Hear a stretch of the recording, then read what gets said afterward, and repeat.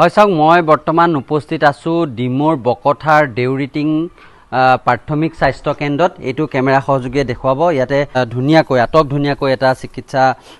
যি প্ৰাথমিক স্বাস্থ্য কেন্দ্ৰ নিৰ্মাণ কৰিলে কিন্তু কেৱল মাত্ৰ এই বিল্ডিংসমূহ নিৰ্মাণ হ'ল ইয়াত ধুনীয়া সুবিধাসমূহ চৰকাৰে দিলে কিন্তু এই যি স্বাস্থ্য কেন্দ্ৰটো ইয়াতে এজন চিকিৎসকৰ বাহিৰে অন্য কোনোৱেই এখন চিকিৎসালয়ত থাকিব লাগে কোনো ধৰণৰ ইয়াত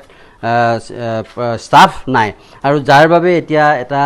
জৰাজীৰ্ণ পৰিৱেশৰ মাজত কেৱল মাত্ৰ যিজন চিকিৎসক আছে একমাত্ৰ চিকিৎসকজনে এনেধৰণে তেখেতে ইয়াত বহি আছে মই কেমেৰা সহযোগী সেই দৃশ্য দেখুৱাবলৈ অনুৰোধ জনাম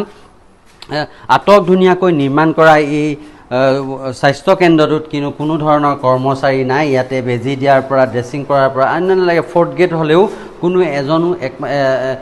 ষ্টাফ ইয়াতে নাই একমাত্ৰ চিকিৎসকজন আছে মই ছাৰ আপোনাৰ পৰা জানিব বিচাৰিম কেৱল মাত্ৰ এজন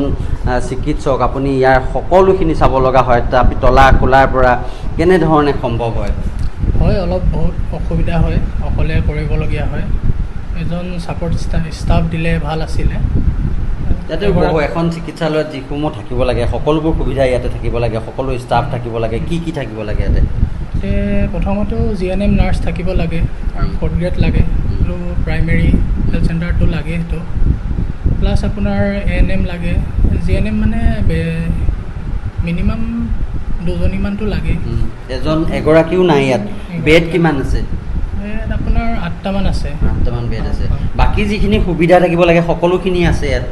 সুবিধা আছে আপোনাৰ ফেচিলিটি আছে খালি ইউজ হোৱা নাই কাৰণ ইয়াতে কোনো ধৰণৰ চিকিৎসা কৰ্মী ইয়াত নাই আৰু মই কেমেৰা সহযোগীক দেখুৱাবলৈ অনুৰোধ জনাইছোঁ চাওক ভিতৰত সকলোবিলাক সা সুবিধা আছে মই যদি এইফাললৈ দেখুৱাব বিচাৰোঁ অকণমান দেখুৱাম ইয়াতে চাওক এইটো এটা কেবিন আছে এটা কেবিন এক্সট্ৰা কেবিন মই কেমেৰা সহযোগীক দেখুৱাবলৈ অনুৰোধ জনাইছোঁ এক্সট্ৰা কেবিন আৰু এইফাললৈও মই দেখুৱাবলৈ অনুৰোধ জনাইছোঁ চিকিৎসকৰ বাবে আছুতীয়া কোঠা ইয়াতে আছে ডক্টৰছ ৰুম বুলি ওপৰত লিখা আছে সুন্দৰকৈ কিন্তু ইয়াত থাকিবলৈ ডক্টৰ নাই মাত্ৰ এজন ডক্টৰ আছে কোনো ধৰণৰ তেওঁক সহায় কৰিব পৰা নাৰ্ছ GNM ANM কোনো নাই আৰু অন্ততঃ ফ'ৰ্থ গ্ৰেড এজন ষ্টাফো নাই আৰু চাওক 24 ঘণ্টাই বিজুলী সুবিধা থকাকৈ ইয়াত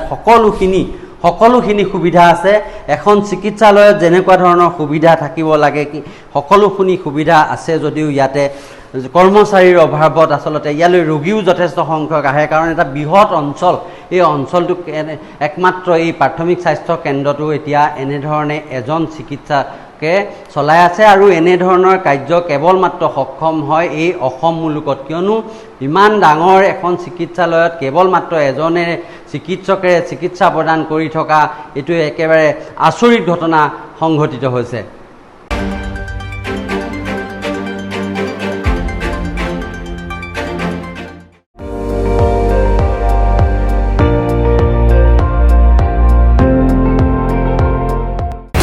আপুনি চাই আছে ND24 সৰ্বশ্ৰেষ্ঠ নহয় সৰ্বোত্তমৰ দৌৰত